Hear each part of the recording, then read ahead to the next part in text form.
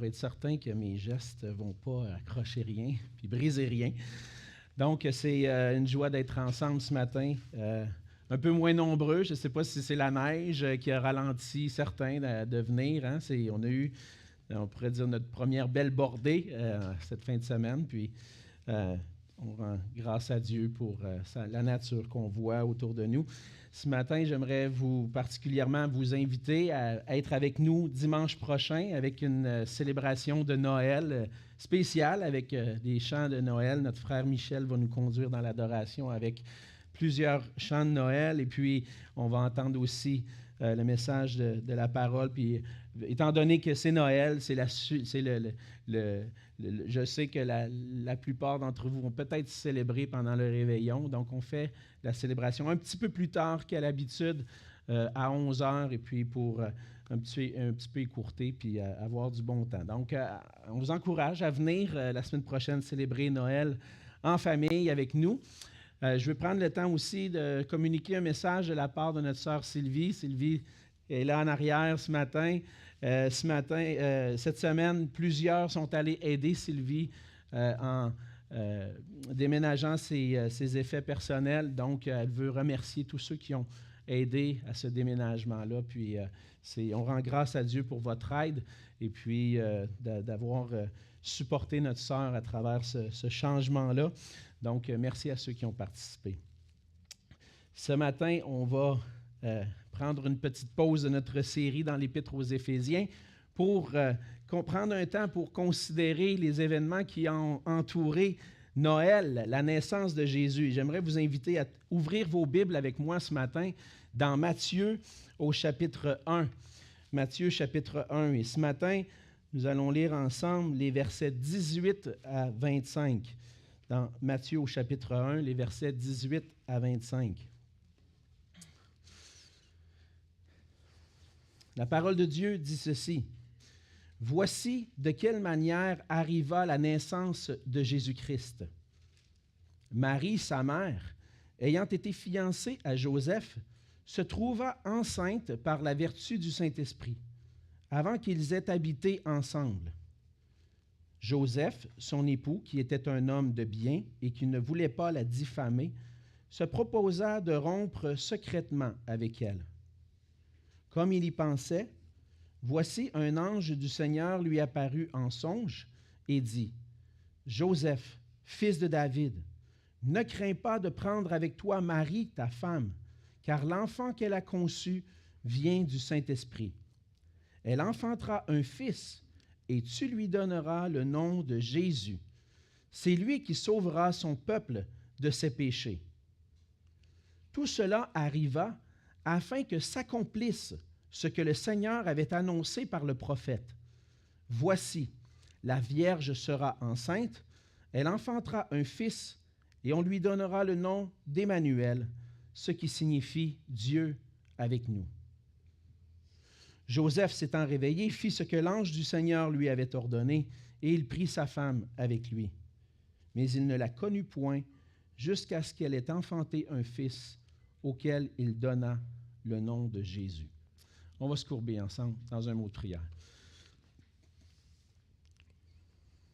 Oui, Seigneur notre Dieu, c'est une grâce de pouvoir être ensemble ce matin, de pouvoir lire et étudier ta parole ensemble. Oui, Seigneur, à l'approche de Noël, de cette fête, Seigneur, où on prend le temps de célébrer ta naissance, on veut se remémorer, se rappeler cette histoire, Seigneur, de ta venue dans le monde. Et à travers ce passage ce matin, Seigneur, tu nous révèles qui est ce Jésus, le Christ, le Fils de Dieu, et ce qu'il a fait pour nous en venant sur la terre. Et on te prie, Seigneur, ce matin que tu puisses rendre nos cœurs attentifs à ta parole afin qu'on puisse se remémorer ces événements, mais aussi la signification importante de ces événements, la signification pour nos propres vies, Seigneur. Conduis-nous et aide-nous à saisir à nouveau les merveilles de ta parole, ou si ça n'a pas encore été fait, Seigneur, que tu puisses ouvrir les yeux afin qu'on puisse saisir et contempler ce que tu as accompli pour nous en Jésus-Christ. Seigneur, on te prie de bénir cette parole ce matin dans nos cœurs, que ton nom soit glorifié. Au nom de Jésus. Amen. Amen.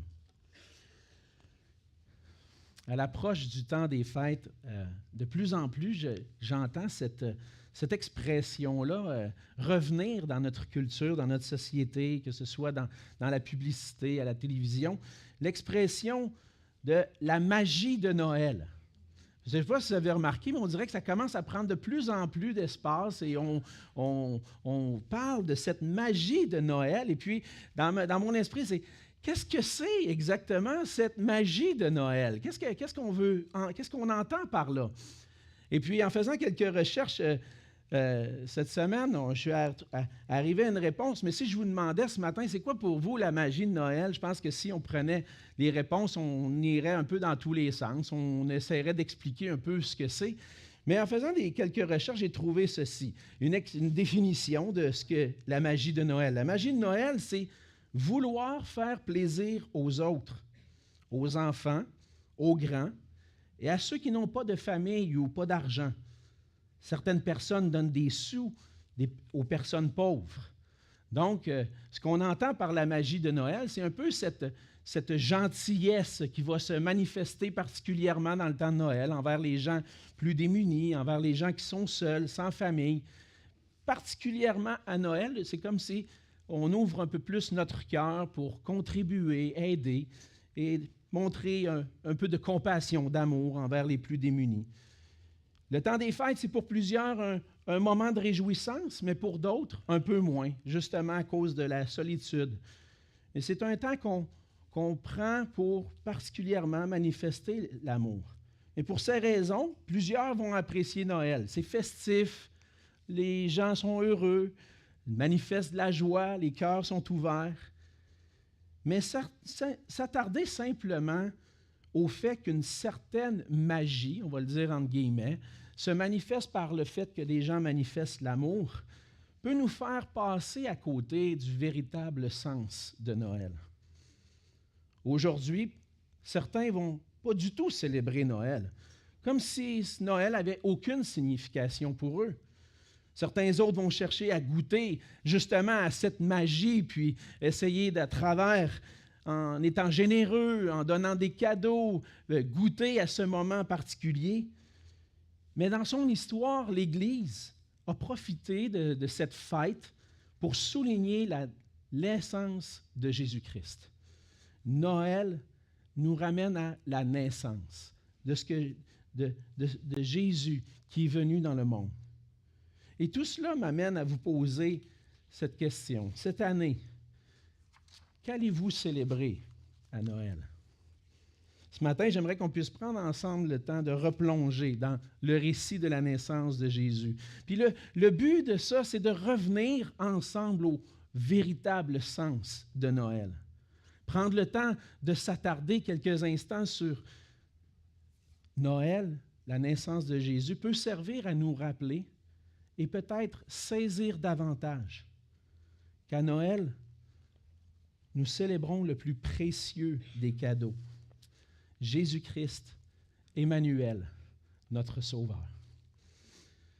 Mais pourquoi Jésus est-il aussi important pour les chrétiens? Et pourquoi devrait-il être si important pour moi, personnellement, aujourd'hui?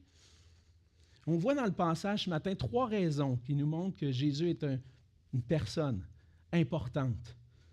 Premièrement, on voit dans le verset 18 que Jésus est le Christ, le Dieu incarné.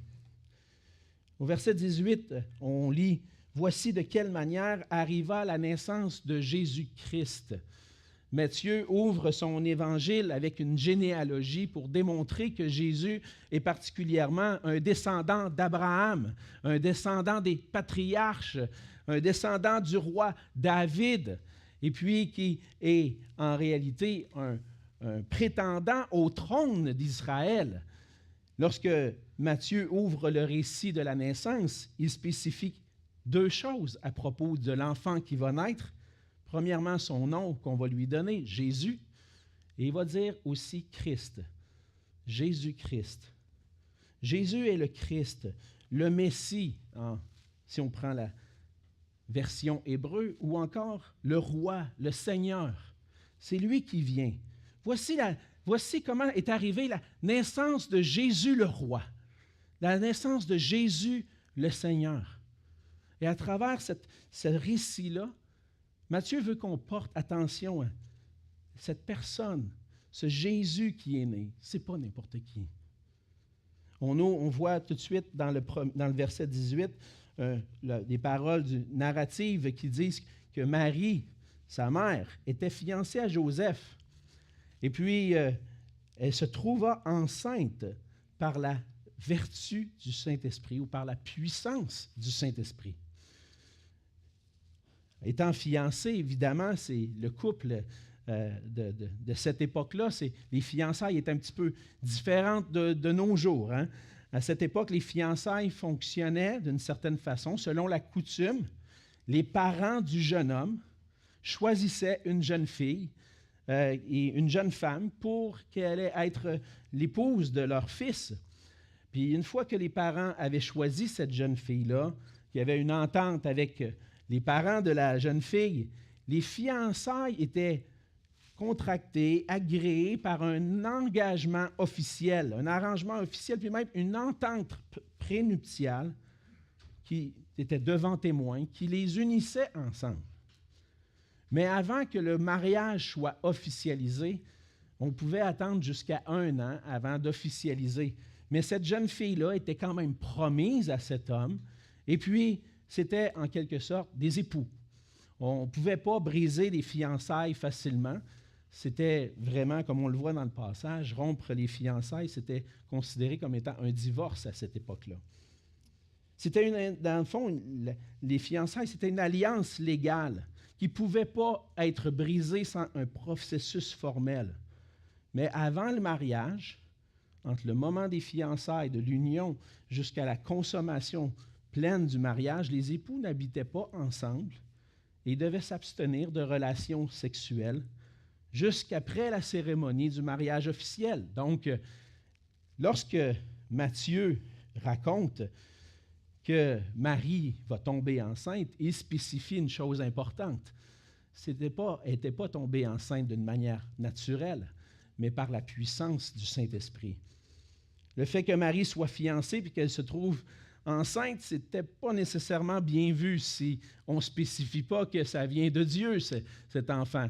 Elle tombe enceinte et là, tout ce que les gens ont dans la tête, Marie a eu une relation, elle est enceinte et puis elle est plus vierge.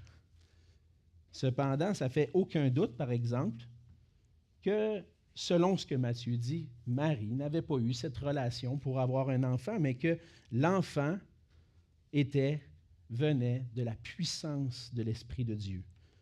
Dans son évangile, Luc va donner quelques informations de plus, puis inclut le récit aussi de l'annonce de la naissance de Jésus par l'ange Gabriel à Marie.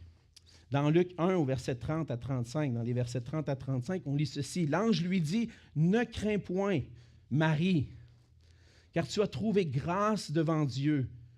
Et voici, tu deviendras enceinte et tu enfanteras un fils, et tu lui donneras le nom de Jésus. Il sera grand et sera appelé Fils du Très-Haut. Et le Seigneur Dieu lui donnera le trône de David, son père. Il régnera sur la maison de Jacob éternellement, et son règne n'aura point de fin. » Marie dit à l'ange, « Comment cela se fera-t-il, puisque je ne connais point d'homme? » Je n'ai pas de relation, en fait, c'est ça le point ici. Je n'ai pas connu un homme au point d'avoir des relations avec lui. Comment est-ce que ça se peut que je puisse tomber enceinte? L'ange lui répondit, « Le Saint-Esprit viendra sur toi, et la puissance du Très-Haut te couvrira de son ombre. C'est pourquoi le Saint-Enfant qui naîtra de toi sera appelé Fils de Dieu. »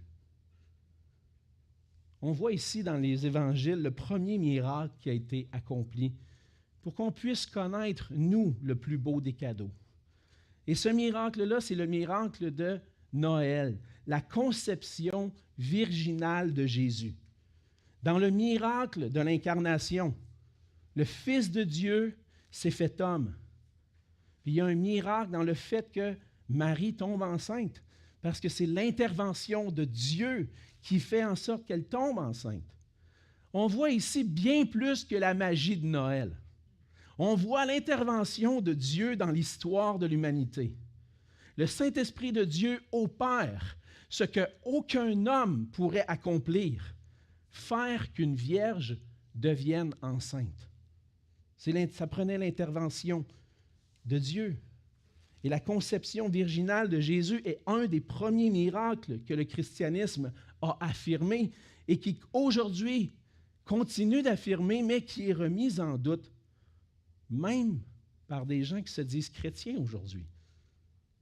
Pour rendre le christianisme crédible face au rationalisme, à la science, les découvertes scientifiques, certains ont voulu abandonner la notion d'un miracle. Par la méthode empirique, la science a dit que tout ce qui doit être considéré comme vrai doit être observable. Donc, tout ce qui est vrai, c'est quelque chose que je peux prouver scientifiquement. Et on n'a jamais vu une vierge tomber enceinte d'elle-même. On ne peut pas croire ça. Ça ne se peut pas qu'une vierge tombe enceinte d'elle-même. Donc, on n'observe pas ça. Donc, c'est impossible. Et on remet en question ce premier miracle, la conception virginale de Jésus. Mais en remettant en question cette réalité que Dieu peut intervenir par un miracle, on oublie qu'il y a un Dieu tout-puissant qui règne, qui existe, qui a créé notre univers avec des règles que lui peut surmonter.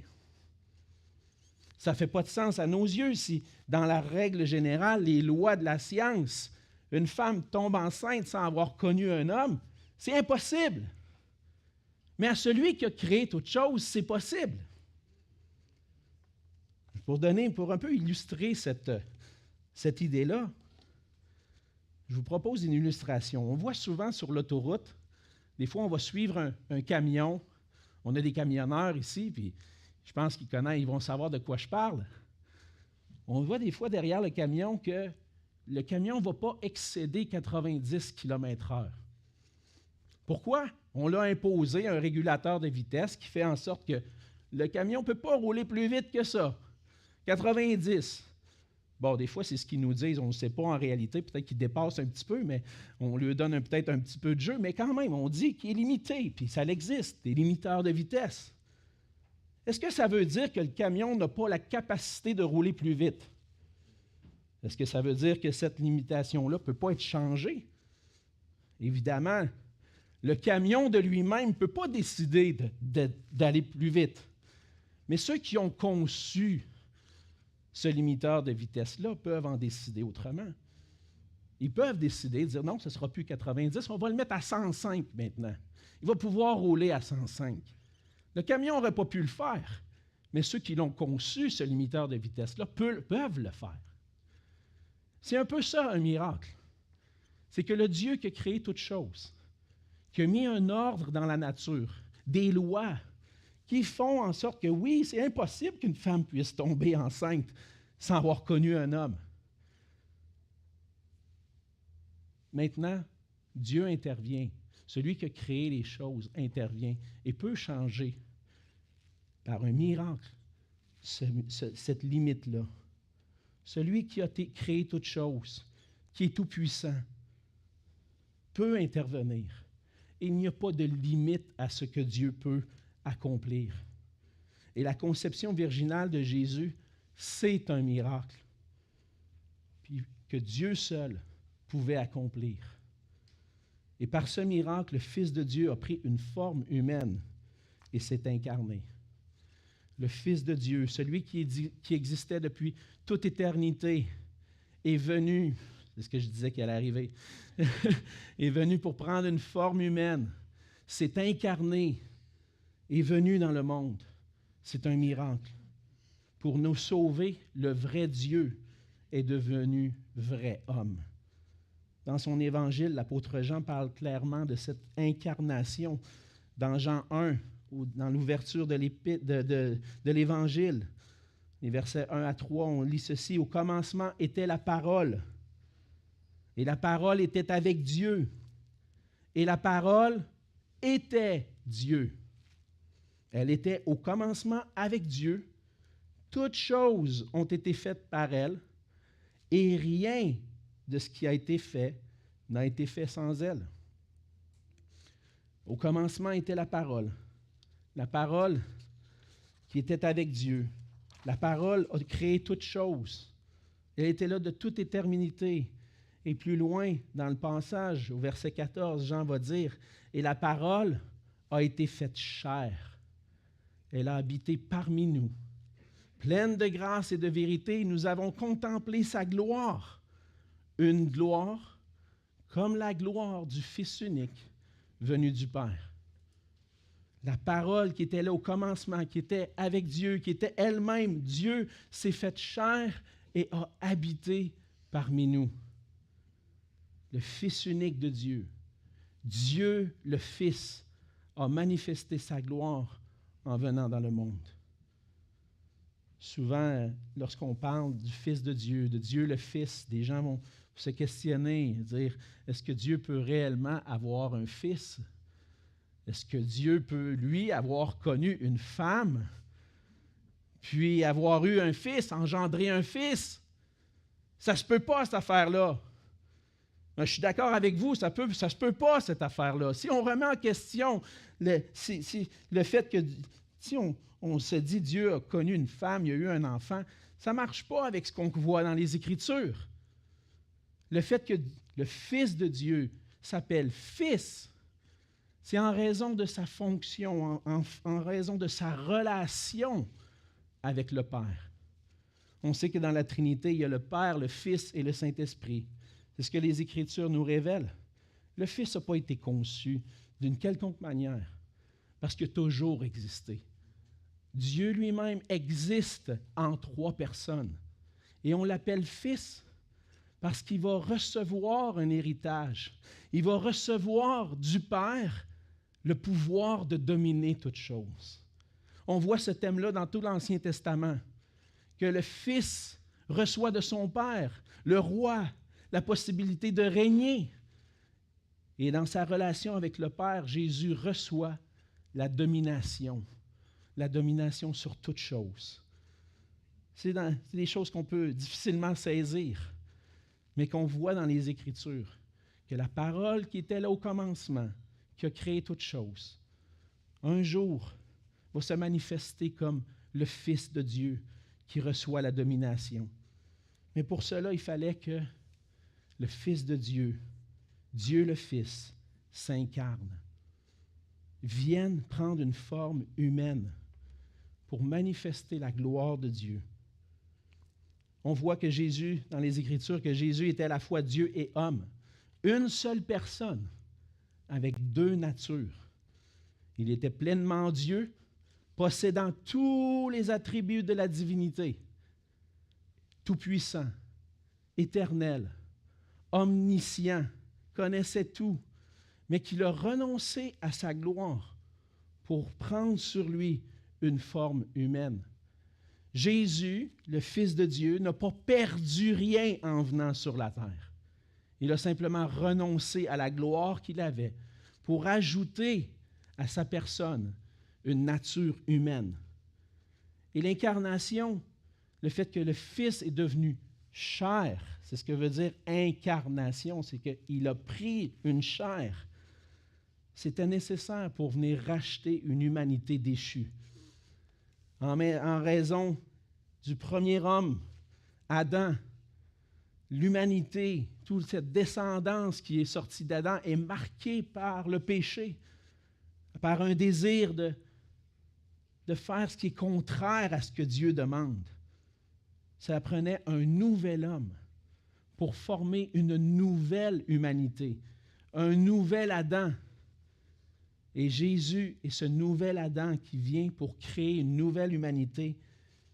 Jésus est le Fils de Dieu qui vient prendre sur lui une forme humaine. Le Fils de Dieu est venu pour sauver son peuple. C'est ce qu'on voit dans la suite du passage. On voit deuxièmement que Jésus est le sauveur de son peuple dans les versets 19 à 21. Il y a beaucoup de choses dans tout ce qu'on vient de mentionner dans le verset 18. Le simple fait que sa mère, Marie, sa mère, se trouve enceinte par la puissance du Saint-Esprit, il y a quelque chose de particulier. Et on va voir dans la suite du passage que tout ce que je viens de dire prend son sens. Jésus devient le sauveur de son peuple. C'est ce que Matthieu explique dans la suite du récit en nous racontant l'histoire du premier concerné par le fait que Marie soit enceinte. On est tous un peu comme, si tout le monde autour disait, il y a quelque chose de pas normal avec elle qui devient enceinte comme ça. Il y en a un qui était un petit peu plus concerné que les autres, et c'est Joseph. On voit au verset 19 que Joseph, son époux, qui était un homme de bien, il ne voulait pas la diffamer, se proposa de rompre secrètement avec elle. Matthieu nous explique que Joseph était un homme bon et juste devant Dieu. Ça ne veut pas dire qu'il n'avait jamais péché, ça ne veut pas dire qu'il était parfait. C'était plutôt, on pourrait dire, un Juif qui craignait Dieu, soumis à sa loi, désirant obéir à la loi de Dieu. Puis il voulait continuer d'être un homme juste. Comme tout le monde de cette époque et de nos jours aussi, il comprenait que si Marie était enceinte, c'était parce qu'elle avait eu la relation avec un autre homme. Elle est enceinte, ce n'est pas avec moi qu'elle l'a eu. Elle a commis l'adultère, elle était fiancée, on s'était promis, il y avait un engagement. Elle est probablement tombée enceinte par une relation avec un autre homme. Et si elle avait été réellement adultère, la loi prescrivait qu'elle soit lapidée, qu'elle soit mise à mort. C'était ce que la loi de Moïse enseignait. Et Joseph voulait obéir à la loi, puis pas marier celle qui aurait commis l'adultère. Mais en même temps, il ne voulait pas attirer sur elle l'opprobre, et il aimait cette jeune fille-là. Donc, il dit, je vais faire ça en secret. On va faire ça en secret. Elle s'est déshonorée, elle a commis l'adultère, fait qu'on va rompre, on va arranger les choses, puis je vais m'en aller, puis on va mettre fin à toute cette histoire d'amour-là qu'il y a entre nous. Et c'est pour ça que, dans un sens, le Seigneur intervient. À cause des projets que Joseph est en train de former. Le Seigneur avait besoin de Joseph dans son plan. Il avait besoin qu'un homme puisse s'occuper de cet enfant-là. Et c'est pour ça que, pour rassurer Joseph, le Seigneur va envoyer son ange. Un ange est un messager de Dieu qui vient apporter un message de la part de Dieu. Et un ange vient visiter Joseph pendant son sommeil. On lit qu'il pensait à tout ça, en train de former le projet, probablement le cœur brisé. Tu es obligé de divorcer, tu es obligé de régler ces choses-là. En train de méditer sur toutes ces choses-là. Puis un ange vient le visiter. Puis c'est arrivé, on le voit dans l'Ancien Testament, qu'il y a des personnes. Dieu a visité des personnes, Dieu a envoyé des anges à des personnes à travers des songes.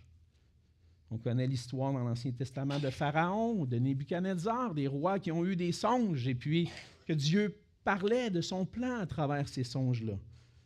Mais l'ange vient pendant son sommeil en songe, puis il dit, au verset 20, on lit ceci, « Joseph, fils de David, ne crains pas de prendre avec toi Marie, ta femme, car l'enfant qu'elle a conçu vient du Saint-Esprit. » Ne crains pas de te rendre jusqu'au mariage avec elle. Ne crains pas de la prendre pour épouse, de l'amener dans ta maison, qu'elle soit ton épouse. Ce que tu penses qu'elle a commis, l'adultère, tout ça, c'est pas ça qui est en train de se passer. Le Seigneur envoie son ange pour confirmer, encore une fois, que Jésus ne vient pas d'un homme, il vient du Saint-Esprit. Et puis à travers ça, l'ange va même dire à Joseph, il n'a pas crainte de prendre Marie, mais il va l'annoncer, elle va enfanter un fils. Et tu lui donneras le nom de Jésus. Le Seigneur donne une responsabilité à Joseph. Tu vas lui donner son nom. Tu vas être son père sur la terre. Tu vas t'occuper de lui comme si c'était ton enfant. Tu vas lui donner le nom de Jésus. Et à travers cette apparition de l'ange à Joseph, on voit le plan de Dieu dans l'incarnation de Jésus-Christ. Et à travers particulièrement ce nom-là qui va être révélé. Jésus est celui qui vient sauver son peuple de ses péchés. L'incarnation était nécessaire pour le salut des hommes. Tu vas lui donner le nom de Jésus. C'est lui qui sauvera son peuple de ses péchés. Le nom Jésus signifie Yahvé est sauveur. Ça vient un peu de la racine de l'hébreu. En araméen, Jésus, c'était Yeshua. Mais en hébreu, c'était Yehoshua. C'est Josué. On traduit aujourd'hui en français comme Josué, qui veut dire que Yahvé est sauveur. Puis c'était pas rare à cette époque-là d'appeler son fils de ce nom-là parce que les Juifs étaient dans l'attente d'un sauveur qui allait venir. Et parfois, on donnait le nom Jésus, sauveur, Yahvé sauveur. On attend cette promesse-là. Mais maintenant, ce n'est pas juste un nom ordinaire qu'on donne à un enfant, mais c'est un nom qui prend toute sa signification. Parce que Yahvé est sauveur. Et là, c'est le Messie, le Christ, le Fils de Dieu qui est là. Pourquoi est-ce qu'on dit que Jésus est le sauveur? Il dit, il sauvera son peuple de ses péchés. Et c'est là toute la signification du nom de Jésus, mais aussi du plan de Dieu qui allait être accompli en Jésus-Christ. Le peuple de Dieu a besoin d'un sauveur. Lorsqu'on prend le temps de lire l'Ancien Testament, bien souvent, des gens qui ne sont pas habitués de lire l'Ancien Testament commencent avec la Genèse. Puis là, ils avancent. Puis là, ils lisent, puis ils disent « Mon ami, qu'est-ce qui se passe dans ces livres-là? Qu'est-ce que c'est ça? C'est-tu vraiment Dieu qui parle là-dedans? Hey, les massacres, les tromperies, les adultères et toutes sortes de choses horribles dans l'Ancien Testament. Je ne suis pas capable de lire ça. Les guerres, tout ce qu'il y a là-dedans, c'est incroyable. » Puis les gens sont offensés de lire l'Ancien Testament. Mais je pense que l'Ancien Testament est là pour une raison en particulier, pour montrer que le peuple de Dieu a un grave problème. Si on veut résumer l'Ancien Testament, c'est le peuple de Dieu a un problème et il a besoin d'un sauveur. Le peuple est pécheur, rebelle à Dieu. Il ne veut pas obéir à sa parole. L'Ancien Testament nous démontre que le cœur du peuple de Dieu n'est pas tourné vers Dieu, naturellement. Puis en fait, l'Ancien Testament nous montre qu'Israël est aux prises avec le péché et qu'il n'y a aucun moyen pour lui de se sortir de ce problème-là. On voit maintes reprises, peut-être des solutions. On va avoir un roi, on va avoir un autre roi. Dieu envoie un prophète. Dieu fait toutes sortes de choses pour essayer de ramener le cœur, mais il n'y a rien qui ramène le cœur du peuple de Dieu à son Dieu. Mais Jésus est sauveur. Parce que lui vient pour sauver un peuple, son peuple.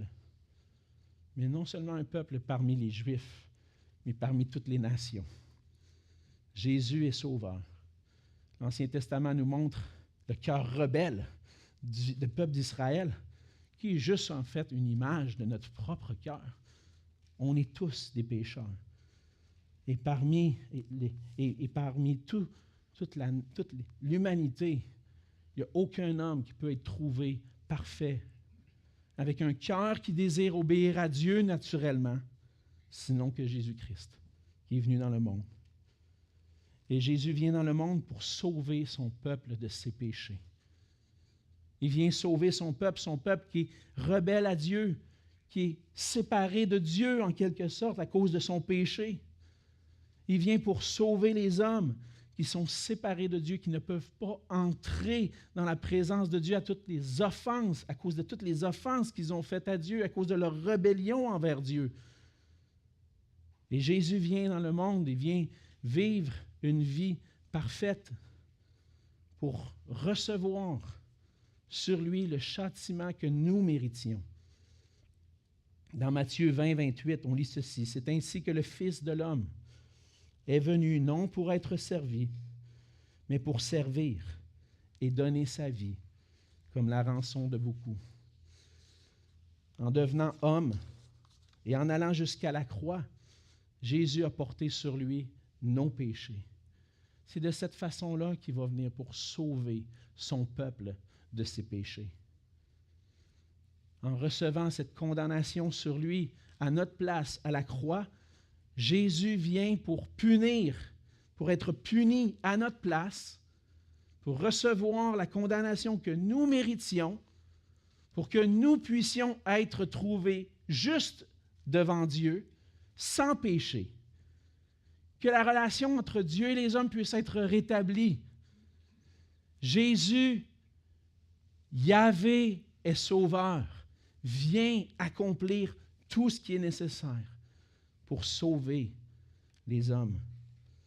Par la foi dans cette œuvre de salut, on peut maintenant être pardonné de nos péchés, recevoir la vie éternelle. Et on peut se poser la question, comment est-ce que moi, un homme pécheur, je peux vraiment être réconcilié avec Dieu? Comment est-ce que Dieu peut accepter un homme pécheur comme moi dans sa présence? Bon, certains vont dire, ben là, fais-toi-en pas avec ça. Dieu est amour. Dieu est amour, il accepte tout le monde. Et je me souviens quand j'étais petit enfant, mes parents m'enseignaient l'Évangile. Puis je me faisais garder par une dame plus âgée, à sa retraite, et puis dame catholique. Puis je disais, j'avais 3-4 ans. Je n'étais peut-être même pas sauvé à cette époque-là, tu sais, moi-même, mais je répétais ce que j'entendais. Je disais, si tu ne crois pas en Jésus, tu vas aller en enfer. Voyons donc. C'est quoi cette histoire-là? Non, Dieu il accepte tout le monde. À la fin, Dieu va accepter tout le monde. Ben non. Pas de même, ça marche, là. Puis évidemment, tu sais, moi, OK, comment je peux bien y expliquer ça, là? Plus tard, j'ai mieux compris.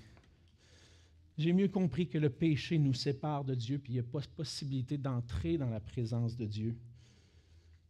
Mais que par l'œuvre de Jésus-Christ, son sang versé à la croix, ce n'est pas mes propres œuvres, ce n'est pas mon mérite, ce n'est pas parce que Dieu est bonasse, mais il y a quelqu'un qui a subi la justice à ma place,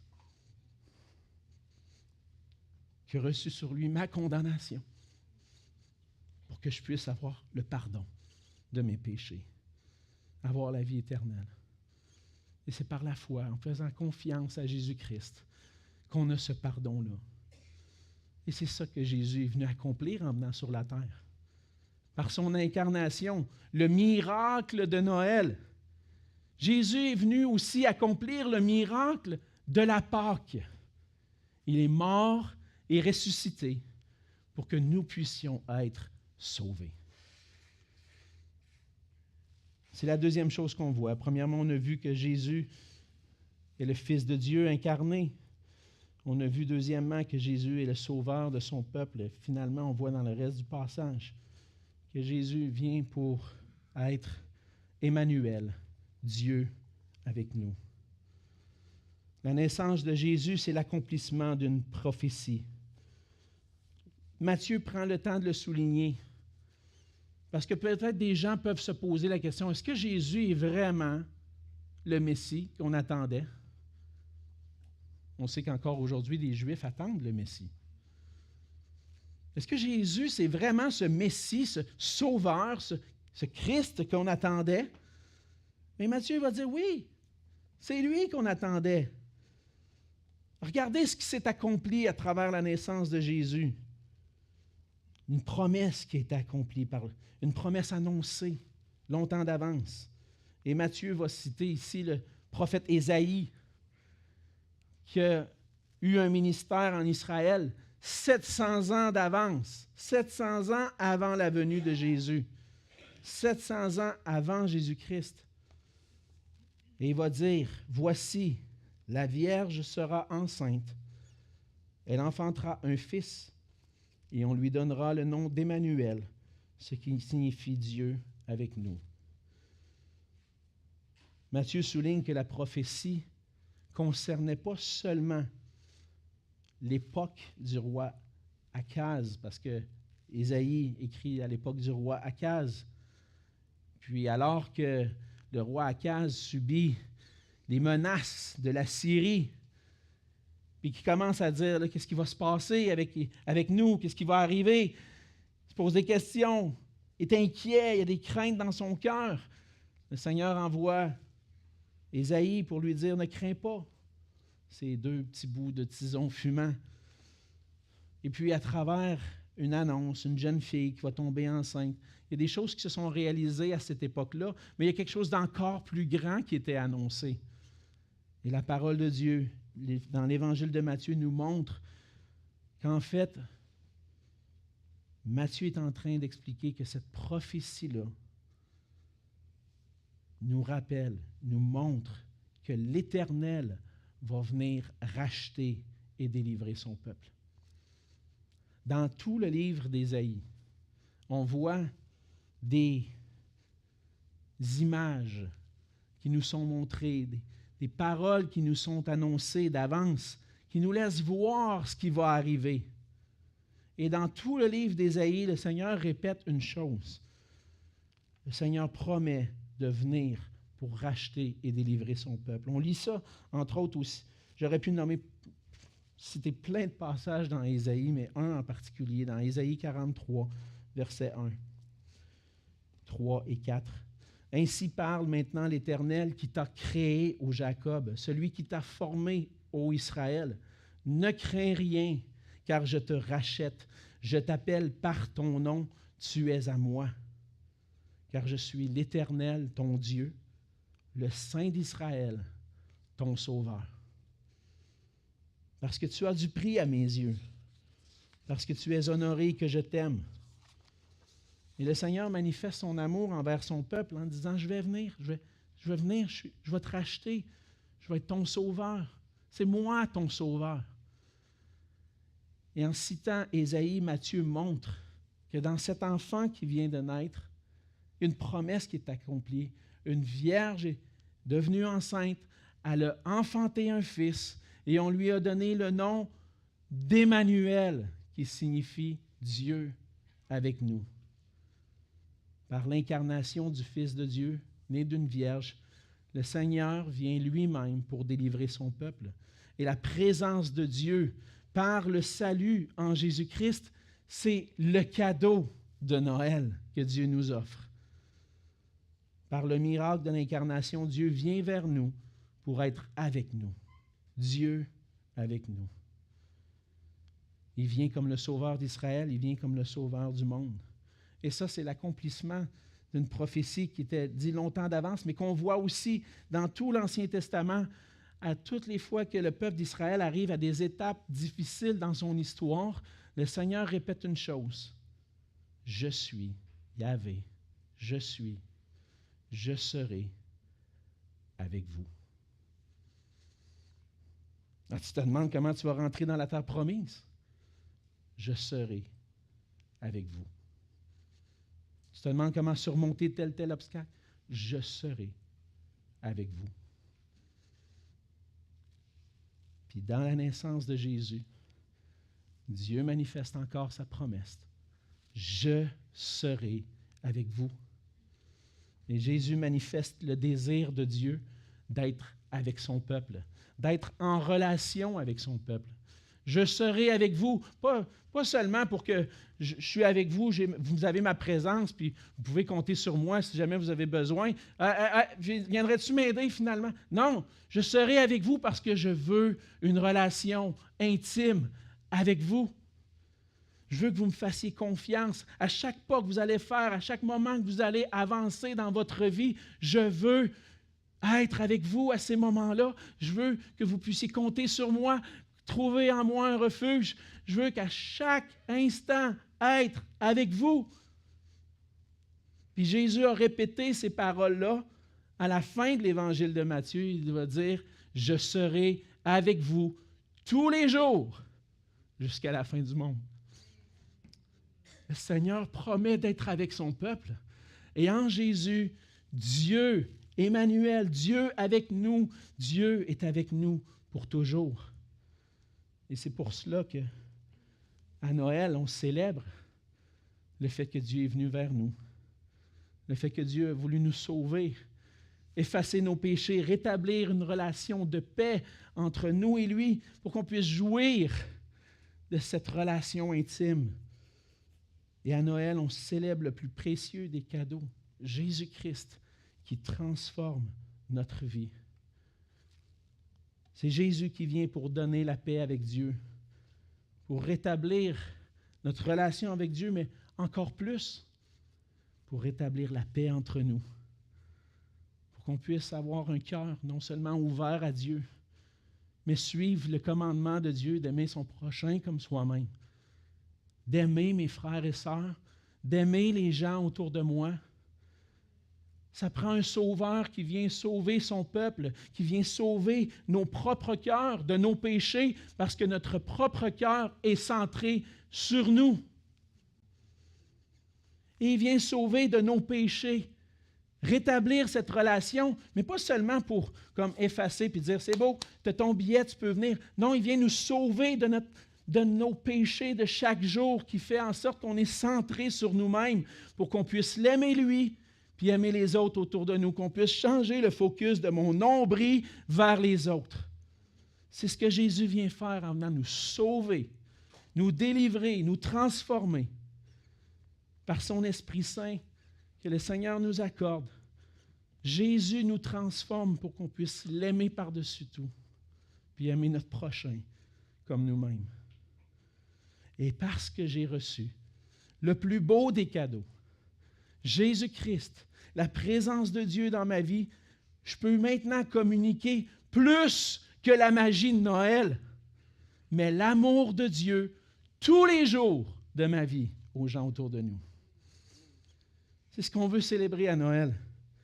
On veut célébrer plus que la magie de Noël. On veut célébrer plus qu'un peu d'amour puis un peu de paix entre les hommes pendant 1 ou 2 journées dans l'année. On veut célébrer l'amour et la paix à longueur d'année et communiquer que cet amour, que cette paix-là ne vient pas de nous-mêmes, mais vient de Dieu et qui s'est manifesté en Jésus-Christ. Jésus est le Fils de Dieu incarné. Il vient pour sauver son peuple de ses péchés, rétablir une relation, une nouvelle alliance entre Dieu et les hommes. Et il est celui qui est avec nous tous les jours jusqu'à la fin du monde. Jésus vient pour qu'on puisse goûter sa présence. Voyez-vous qu'à Noël, c'est bien plus que de la magie. C'est un miracle. Un miracle que Dieu a accompli pour accomplir un miracle dans nos vies. As-tu expérimenté le miracle de Noël? As-tu expérimenté ce miracle dans ta vie? Est-ce que Jésus-Christ est pour toi non seulement le sauveur du monde, comme un peu détaché, « Ah, Jésus, c'est le sauveur du monde », mais ton sauveur. C'est par la foi en Jésus-Christ, c'est par une confiance en lui seul, qu'on peut réellement expérimenter une relation intime avec Dieu puis recevoir le pardon, la vie éternelle. C'est seulement à travers une relation avec Jésus-Christ, une pleine confiance en Jésus-Christ, que je peux être délivré de mon cœur pécheur puis avoir l'amour pour Dieu et les gens autour de moi. Et si Jésus n'est pas ton sauveur ce matin, viens à lui. Reconnais-le comme celui, le seul qui peut te sauver. Et si tu crois que Jésus est réellement ton sauveur, qui est maintenant aussi ton Seigneur, ton roi, celui qui règne sur ta vie, tu dis, moi je fais partie du peuple de Dieu, Jésus-Christ est mon roi, Jésus-Christ est mon sauveur, bien sois un témoin du miracle de Noël, en partageant l'amour autour de toi, en étant des témoins de l'amour de Dieu pour les gens autour de nous. Pas seulement une journée, mais tout au long de l'année. Si on veut, frères et sœurs, briller pour la gloire de Dieu, comme Église, briller pour la gloire de Dieu, on a besoin de travailler, que notre lumière luise dans les ténèbres, aujourd'hui et chaque jour. Prions. Seigneur notre Dieu, merci pour ta grâce envers nous. Seigneur, on voit dans ce passage un grand miracle qui a été accompli. Le Fils de Dieu qui est descendu sur la terre, qui est venu vers nous pour nous sauver et pour être avec nous tous les jours jusqu'à la fin du monde. Seigneur, c'est un privilège qu'on a de pouvoir te connaître aujourd'hui et ceux qui ont placé leur foi en toi. Seigneur, on réalise que c'est vraiment par grâce, par ta bonté, ton amour envers nous qu'on peut te connaître aujourd'hui. Et j'aimerais te prier pour ceux qui ne te connaissent pas encore personnellement, qui n'ont pas expérimenté ce miracle d'une vie transformée par toi. Que tu puisses parler à leur cœur, transformer leur cœur de pierre en cœur de chair pour qu'ils puissent saisir la grâce qui se trouve en toi. Seigneur, je te prie que nous aussi, on puisse continuer de saisir toujours de plus en plus que ce miracle de Noël n'est pas seulement pour un moment dans ma vie où j'ai été réconcilié avec toi, mais pour tous les jours de ma vie. Chaque jour, je me lève et je veux t'aimer de tout mon cœur, aimer mon prochain, manifester ton amour, être un témoin pour toi dans ce monde, en partageant ton évangile, en démontrant cet amour autour de moi, pour que ta gloire puisse briller à travers moi. Fais cette œuvre en nous, Seigneur, pour que ta gloire brille à travers nous, que notre lumière puisse luire dans les ténèbres. Ouvre des portes pendant ce temps des fêtes, pendant ce temps de Noël, pour qu'on puisse partager cette grâce à des gens de la famille, à des amis. Seigneur, utilise-nous pour ta gloire. Et c'est dans le nom précieux de Jésus que je te prie. Amen. Amen.